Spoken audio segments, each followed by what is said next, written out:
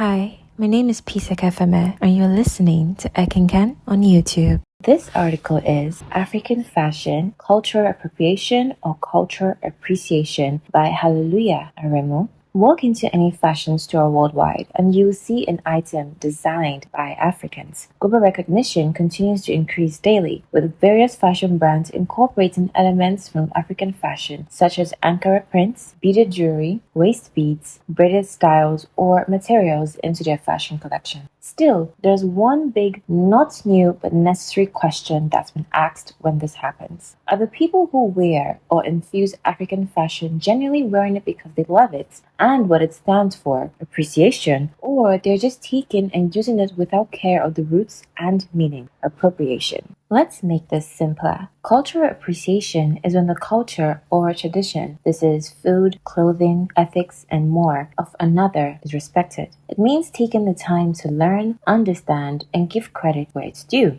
On the other hand, cultural appropriation occurs when something from a culture, such as clothing, hairstyle, accessories, music, or traditions, are taken without understanding, acknowledging, or respecting its roots or meaning. The best way to describe appropriation is saying, I see it, I like it, and want it, regardless of who owns it, its meaning, and where it originates from. One celebrates, the other tests. So here's the problem. Fashion inspiration has always been drawn from various cultures around the world. Some of the most memorable fashion moments stem from this kind of cultural exchange. Like many other cultures, Africa's fashion is knee-deep in cultural meaning. Even a single color bead or piece of clothing can mean more than meets the eye. However, the problem is that many people who wear African fashion often fail to realize that while it may look amazing, there is a significant difference between admiring it and wearing it with respect for the culture and its meaning, and simply using it without care, context, understanding, or giving credit where it's due. An example is a 2019 fashion impersonation, design plagiarism, and uncredited imitation that happened between fashion giant Zara and South African designer Laduma Ngoluko of Masosa. Zara was criticized for imitating the diamond pattern designs created by Laduma on her socks and knitwear. Critics noted her lack of collaboration or acknowledgement and labeled it cultural copying. Then there is Stella McCartney's Spring-Summer collection of 2018 and 2019 at the Paris Fashion Show, where her collection featured various Ankara outfits. The issue wasn't because she used the prints, it was that her runway models were almost entirely white, with just one African model and not a single African designer or cultural expert seemed to be involved. That's a display of clear cultural appropriation. Many online critics noted that the bold printed Ankara designs were nearly identical to what African mothers, aunties, and women would wear for errands or casual gatherings. They were rebranded and sold as fresh runway fashion. A piece on OK Africa effectively captured the frustration. The writer described the collection as a kind of fashion colonialism, pointing out how high-priced new take on prints looked no different from the everyday outfits sewn by local tailors across cities like Lagos, Dakar, Accra, or Dar es Salaam for less than a quarter of the cost. It's essential to recognize that Ankara prints originated in Indonesia, but were later replicated and mass-produced by the Dutch in Africa, hence their name Dutch wax prints. In an interview to address the criticism on her collection, Stella McCartney stated, "The prints were about celebrating a unique textile craftsmanship, its culture, and highlighting its heritage. We designed the print in collaboration with Villisco in the Netherlands, which has been creating real, unique Dutch wax fabrics in Holland since 1846 and helps maintain its heritage." While what she had in mind may be right, the damage was done, especially in the fact that not one African model was on the runway to showcase her appropriative Ankara outfit collection. When does wearing it cross the line?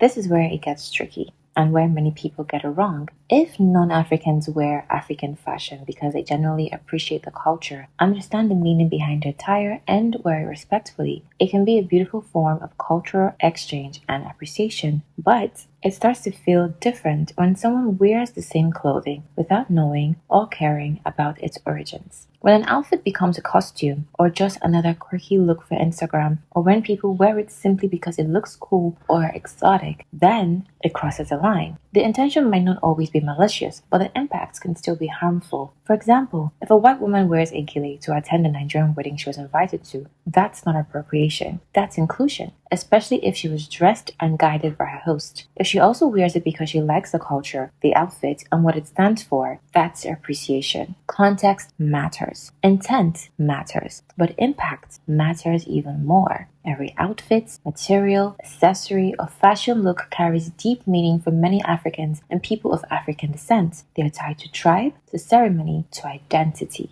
Wearing them without context can come across as careless or worse, disrespectful, even though that may not have been the intention. One aspect often overlooked is the prevalence of double standards in the fashion world. African people have been shamed and mocked for wearing African fashion, deeming it as not fashionable on them. Yet, when white celebrities or models wear the same styles, they are suddenly labeled as high fashion or cultural enhancement. That contradiction is what makes appropriation for African fashion so painful. While it's a source of pride to have people from other countries and walks of life wear African fashion, the exclusion, lack of context, and reduction to a fashion moment are what hurt. Appreciation done right. So, how do you appreciate African fashion without crossing the line? It's not difficult. Start by giving credit. If you're wearing a piece inspired by African design, say so. Mention and credit the designer, the culture, or the origin of the design. Do you know that a simple mention, tag, or caption in the fashion world can boost the outfit, culture, designer, and much more?